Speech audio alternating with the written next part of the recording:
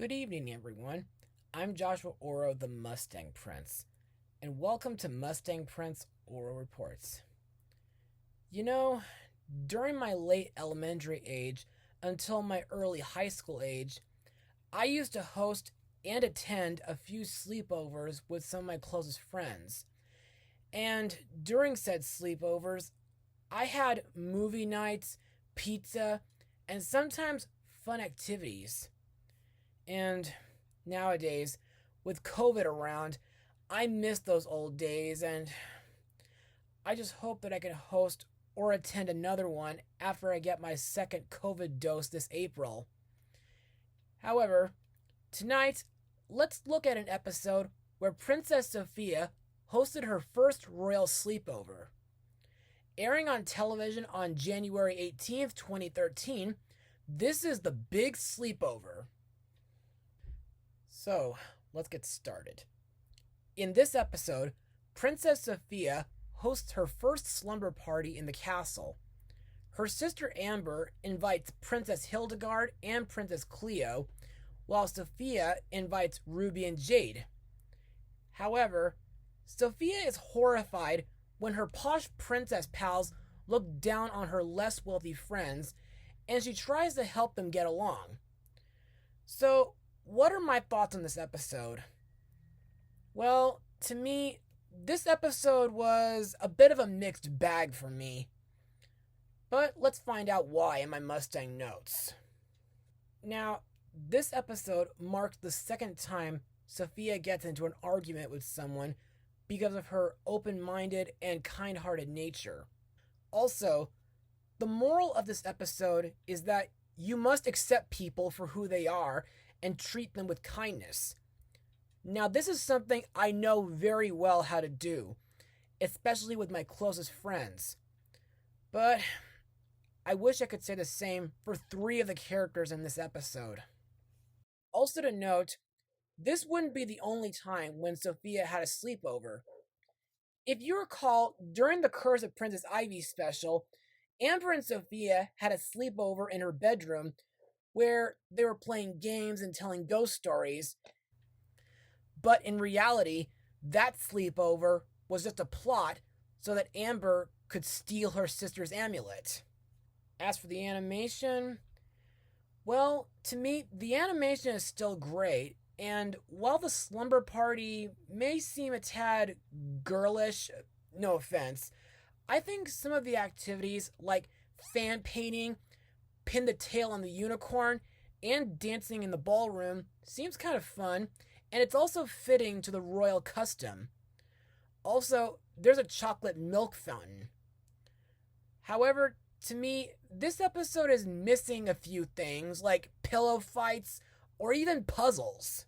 The song in this episode is called Perfect Slumber Party, sung by Amber, who, along with Hildegard and Cleo, tells Sofia that everybody has to fit in at a proper royal sleepover, while Sofia tries to convince them to have fun. Now, to me, this is another decent song from the show, but while listening to the lyrics, it feels a little rude and insulting for not accepting Ruby and Jade's personality and fun ways. But at least I like Sofia's verses better. And now let's move on to the characters and the voice actors.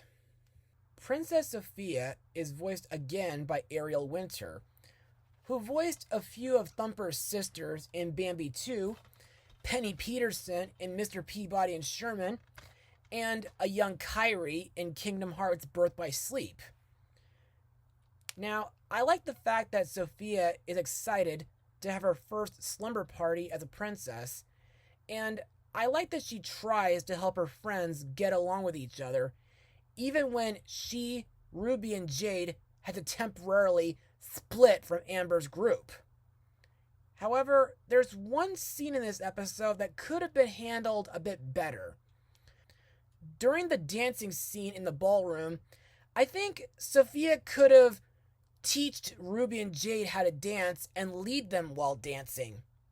Her sister, Princess Amber, is again voiced by Darcy Rose Byrnes, who got to be in Desperate Housewives and Spirit riding free, which makes me kinda curious if Miracella might make an appearance in the upcoming movie this summer. Anyway, Amber is the reason why this episode is a mixed bag for me, due to her prissy personality, and she does not like the fact that Sofia has invited her village friends to their princess slumber party. Also, I didn't like the part where Amber throws a hissy fit when her nightgown got a chocolate stain on it. Next we come to Sofia's village friends, Jade and Ruby. Jade is voiced by Isabella Akers. However, throughout the entire TV show, Ruby is voiced by Diamond White.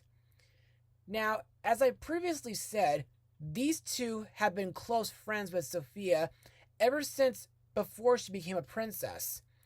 And in my eyes, Ruby and Jade are very playful and rambunctious, and they're really excited to be attending a royal sleepover at the castle. Also, I think their dancing and rapping is kind of bizarre, but I think the pinecone curlers make them look pretty cute. Plus, I like the scene where Sofia gives Ruby and Jade a royal makeover with some help from Bailiwick, Mia, and Robin. Next up are Princess Hildegard and Princess Cleo, voiced by Coco Grayson and Hartley Graham.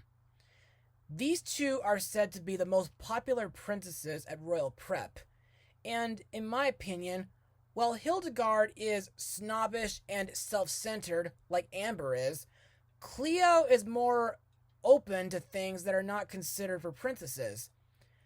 Plus, she was the very first to admit how nice and fun Jade and Ruby were. Heck, she even defended them at one point when they accidentally knocked over the chocolate milk fountain. Also, I think Hildegard's mink, Lulu, is pretty cute. The last character to talk about is Cedric the Sorcerer, voiced by veteran voice actor Jess Harnell, aka Wacko Warner from the Animaniacs series. By the way, does anyone remember that scene in the pilot where Cedric mentioned that the king has never seen his workshop? Well, in this episode, believe it or not, both King Roland and Queen Miranda asked Cedric to entertain the girls during the royal slumber party due to the jester calling in sick. In disgust, Cedric decides to use this opportunity to steal Sofia's amulet by performing a magic trick with his puppets in order to make the amulet disappear right into his hands. Thankfully, that plot fails due to Ruby and Jade interrupting his act. And now let's move on to my final words. Overall, The Big Sleepover is a pretty good episode, but it's not one of my quote-unquote favorites.